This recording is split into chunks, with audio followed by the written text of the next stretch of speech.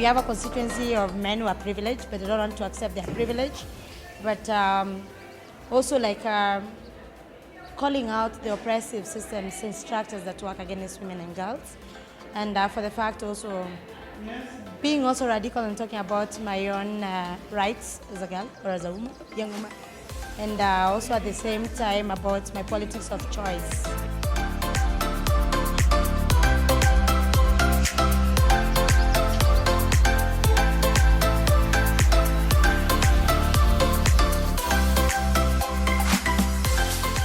I think there is a lack of connectivity or linkages between the young people and the messages or the issues they have and how they are communicated to the decision makers.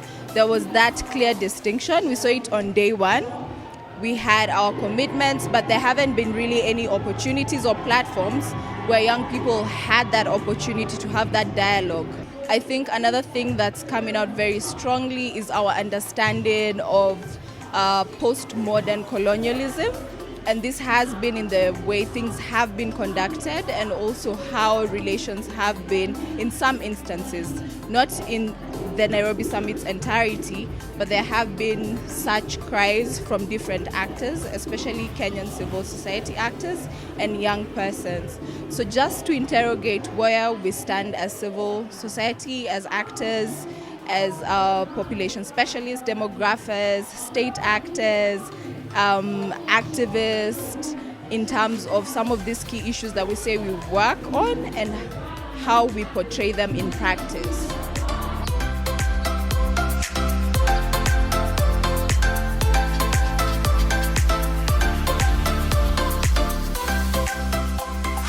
The thing is that in the global perspective, when we're talking about the young people, the thing is that it should be inclusive.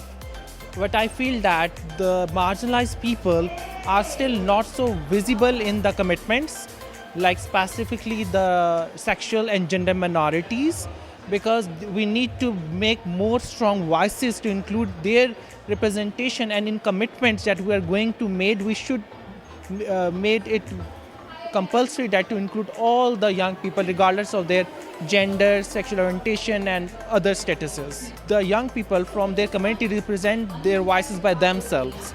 Not anyone else should represent them on their behalf. They should be streamlined in the conferences like ICPD.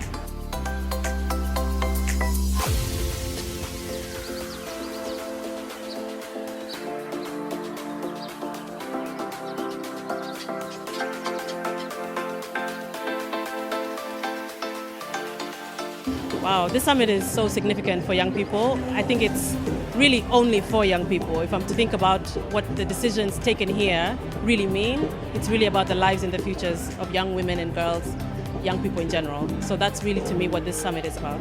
Wow, my greatest highlight, I think it was the opening. There was something very special, hearing some very clear commitments.